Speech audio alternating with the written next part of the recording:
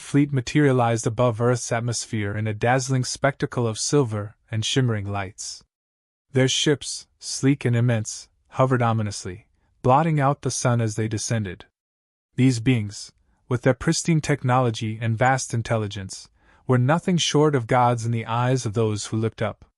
The aliens themselves were tall and elongated, their pale skin a stark contrast to the dark void behind them.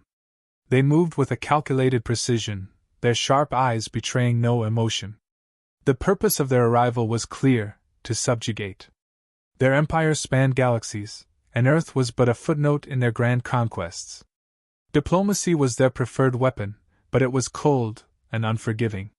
They prided themselves on their ability to negotiate terms that were always in their favor. The humans, to them, were little more than primitive animals, amusing but not threatening. This planet's resources were ripe for the taking, and its people were too unsophisticated to resist. Earth's leaders were thrown into a frenzy. News of the alien ships spread quickly, and every government scrambled to come up with a response. There was panic, confusion, and fear. In hastily convened meetings, leaders from around the globe gathered, but no one had any real answers. How could they possibly negotiate with beings so clearly superior? Every suggestion seemed doomed to failure, and the overwhelming sense of helplessness filled the air. Earth had never faced anything like this. Then, one voice stood out among the chaos. A diplomat, more known for his wit than his wisdom, proposed something unthinkable: a series of challenges. But not traditional tests of strength or intelligence. No, humanity would challenge the aliens to events utterly absurd by their standards: extreme sports, wrestling matches, and even an eating contest. The idea was so ludicrous that at first, no one took it seriously.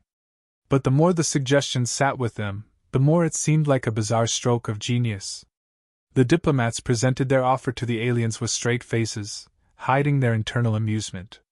The alien leaders were perplexed. Their expressions were unreadable, but their disdain was palpable. This had to be some kind of joke, a way for humans to delay the inevitable. They couldn't understand how such an underdeveloped species could muster the audacity to propose such ridiculous terms. With a wave of dismissal, the alien diplomats informed their superiors, certain that the humans were wasting time. Their invasion plans proceeded, their ships maneuvering into position for what they saw as an easy takeover. In their arrogance, they didn't see the humans' absurdity as a potential weapon, and their condescension only deepened. They underestimated the seriousness behind the strange proposal. This was humanity's way of throwing them off balance, and the aliens were too blinded by their superiority to recognize it. The first challenge kicked off with a spectacle that left the aliens dumbfounded. Humans gathered at a mountain range, gearing up for an extreme sports event unlike anything the aliens had ever witnessed. Skydivers leaped from cliffs with reckless abandon, their bodies twisting and turning midair before pulling their parachutes at the last possible moment. Motorcyclists sped across treacherous terrain, performing wild stunts that seemed designed more for entertainment than survival. The aliens, standing stiff and perplexed, couldn't comprehend the humans' enthusiasm. To them, this was chaos incarnate. But the humans reveled in it, their expertise shining through in their wild, seemingly suicidal sports. For the first time, a flicker of doubt crossed the aliens' minds. What if these creatures weren't as primitive as they seemed? Next came the wrestling match, held in a packed stadium, with rowdy spectators cheering for their champions. The human wrestlers, massive and heavily muscled, threw each other around with a mix of skill and brute force, each collision sending shockwaves through the arena. The aliens, who prided themselves on logic and precision, were visibly uncomfortable with the raw physicality on display. Their rigid bodies were not built for such close combat, and they could barely hide their growing anxiety as they watched the humans grapple with reckless abandon. The match descended into chaotic, comedic moments, with one human accidentally knocking over the barrier separating the contestants from the alien observers. The aliens recoiled in horror, unsure of how to react to such unrestrained aggression.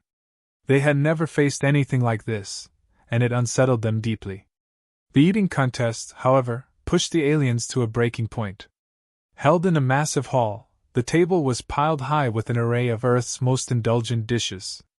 The human competitors attacked the food with a fervor that left the aliens speechless. Plates disappeared in seconds, and soon the humans were devouring mountains of food at an alarming rate. The aliens, whose species had evolved beyond the need for such primitive consumption, were both horrified and disgusted by the spectacle. They whispered among themselves, unable to comprehend how these creatures could eat with such ease, and in such quantities. Their growing discomfort was palpable, and for the first time, real fear began to creep into their thoughts. Could these beings, so different from themselves, actually pose a threat in ways they hadn't anticipated? The alien skepticism began to crumble. What started as a farce had evolved into something far more serious. The humans, it seemed, weren't playing by the rules of diplomacy and reason. Instead, they were using unorthodox methods that worked. Every event revealed an aspect of humanity the aliens had failed to consider: resilience, unpredictability, and sheer audacity. Their confidence in their superiority began to waver as they watched the humans dominate these bizarre contests with a terrifying ease. The aliens had assumed that logic and technology were the ultimate weapons, but they hadn't accounted for the irrationality and unpredictability that made humans so dangerous. With each passing challenge, the aliens' fear escalated. They began to question everything: their mission, their assumptions, even their own abilities. Panic spread through their ranks, as their leaders scrambled to find a way out. They had never encountered a species like this, one that thrived on chaos and turned absurdity into strength. They whispered among themselves, desperate to understand what was happening. How could a species they had dismissed as primitive suddenly become such a formidable opponent? Every new challenge left them more unsettled than the last, and they were running out of time to find a solution. The final challenge, an even more outrageous event than the ones before, pushed the aliens past their breaking point. Humans stood at the ready, eager and grinning, while the aliens looked on in despair. It was no longer a question of winning or losing, it was about survival.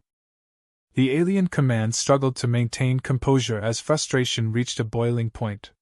Their initial confidence was crumbling, replaced by confusion and panic. What had seemed like a routine conquest had devolved into an inexplicable nightmare. The aliens, accustomed to calculated diplomacy and precision, couldn't fathom how their flawless logic had been so thoroughly dismantled by a species they once deemed primitive. Every attempt to strategize met with failure, and the cracks in their rigid hierarchy began to show. Orders were given, then contradicted, as panic spread through their ranks, escalating into chaos. In desperation, the aliens reached out to negotiate once again, hoping to bring the situation back under control. They proposed what they believed to be reasonable terms, offering Earth a place within their empire, albeit with restrictions. But the humans, ever defiant, responded with more absurd challenges. Their faces, unwavering in seriousness, proposed even wilder events: hot dog eating marathons, obstacle courses, even reality TV-style games. The aliens were baffled, unsure whether the humans were mocking them or if this was simply their incomprehensible culture at play. Negotiation, it seemed, was futile. As the aliens' frustration mounted, internal discord began to tear at their leadership. High-ranking officials argued fiercely behind closed doors, torn between pride and self-preservation. Some believed they should press on, conquer this unruly species by force if necessary. Others, more shaken, feared what they were dealing with. Humanity had shown a resilience that defied every logical explanation, and their unpredictable nature was proving to be a far greater threat than the aliens had anticipated. The debate grew heated, with no clear path forward. The once unified command was now fractured, gripped by indecision. Meanwhile, humans continued their bizarre challenges with unrelenting enthusiasm. What had started as a seemingly absurd defense had turned into a source of camaraderie and national pride. Crowds gathered, cheering for their champions, while participants approached each new event with an almost infectious zeal. They didn't see this as a matter of survival. To them, it was an opportunity to showcase their eccentricity and tenacity. This relentless optimism only deepened the aliens' fear. It became clear that humans thrived in chaos, and their ability to turn absurdity into triumph made them all the more terrifying. The tipping point came when the alien leadership, now fractured beyond repair, realized they could no longer sustain the charade. Every effort to regain control had failed, and the humans showed no signs of backing down. Their empire, which had never encountered such a foe, was faced with a decision it had never contemplated: retreat. It was a humiliating notion, but their fear of what might come next outweighed their pride. Reluctantly, they agreed to flee, abandoning their conquest of Earth and withdrawing their forces. They couldn't comprehend how they had been outmaneuvered, but the realization that humans were not to be trifled with had been seared into their collective consciousness. As the alien fleet retreated, the humans celebrated their unconventional victory. Laughter, cheers, and jubilation filled the air, but they remained blissfully unaware of the seismic impact their bizarre approach had had on the alien species. To the humans, it had been a series of games. To the aliens, it was a harrowing defeat that left them questioning everything they thought they knew about power and control. The alien fleet retreated in disarray, their once pristine formation now scattered and chaotic. Ships that had hovered above Earth with an aura of invincibility were now hastily breaking orbit, engines blazing as they raced away from the planet. It was a hurried exit, lacking the grace and precision with which they had arrived. The aliens, for the first time in their long history of conquest, were fleeing, not because they had been outgunned or outmatched technologically, but because they had been outwitted in a way they could not comprehend. Their departure left the skies eerily empty, a stark contrast to the overwhelming presence they had once commanded. On Earth, the news of the aliens' sudden departure spread quickly. Humanity's initial reaction was a mixture of relief and disbelief. They had been bracing for a fight, preparing for the worst, yet here they stood victorious without a single shot fired. Pride swelled as people celebrated their unexpected triumph, their unconventional methods now seen as a stroke of genius. Still, confusion lingered. How had they managed to drive off such an advanced species with something as absurd as eating contests and extreme sports? The sheer absurdity of it all left many wondering if they had won through sheer luck, or if there was something more to the human spirit that the aliens simply couldn't handle. In the cold, sterile confines of their ships, the alien leaders reflected on the events that had unfolded. They replayed the challenges in their minds, trying to make sense of what had gone wrong. Their advanced simulations and strategic doctrines had never accounted for a species like humans, irrational, unpredictable, and seemingly thriving on chaos. The encounter had shattered their assumptions about power and control. Where they had seen strength in order and logic, the humans had shown strength in adaptability and audacity. The aliens realized that they had fundamentally misunderstood humanity, and this realization unsettled them. Their empire would have to rethink its entire approach to diplomacy and conquest. The cultural impact of this encounter rippled through the alien empire. Once rigid and calculated in their approach to other species, the aliens now found themselves questioning the very foundations of their diplomatic practices. Reports circulated through their vast networks, detailing humanity's bizarre yet effective resistance. This forced a cultural shift. No longer could they rely solely on technological superiority and methodical diplomacy. They needed to account for the unpredictability of other species, especially those like humans who thrived in the face of absurdity. Slowly, the alien mindset began to shift, and with it came a more cautious, introspective approach to future encounters. The long-term implications of this bizarre confrontation were profound. For the aliens, Earth became a cautionary tale, a reminder that not every species could be conquered through conventional means. They would carry the lessons of this encounter into future interactions, forever wary of the unpredictable nature of humans.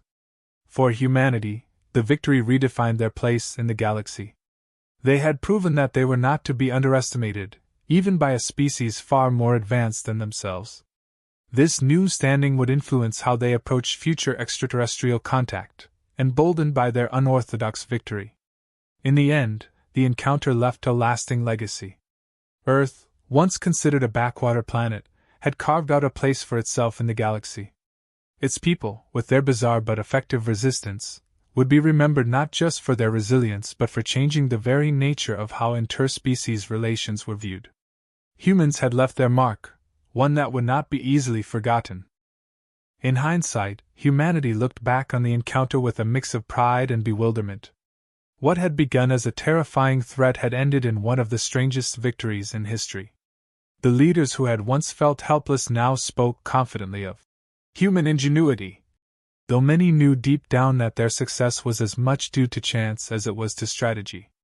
The absurdity of their defense, wrestling matches, eating contests, and extreme sports, was something that still left people scratching their heads. Yet there was an undeniable truth in it. When faced with an overwhelming force, humanity's unpredictability became its greatest asset. From the alien perspective, the defeat marked a turning point in their empire's history. The lessons were hard-learned but profound. Their initial disdain for humanity had been replaced by a cautious respect, if not outright fear. No longer would they approach new civilizations with the same rigid arrogance. They now understood that not all battles were won through sheer technological superiority or logical diplomacy. Some species, like humans, possessed an innate resilience, an ability to turn chaos into strength. The aliens vowed to never again underestimate a seemingly inferior foe, knowing that unpredictability could dismantle even the most meticulous plans. The absurdity of it all wasn't lost on either side.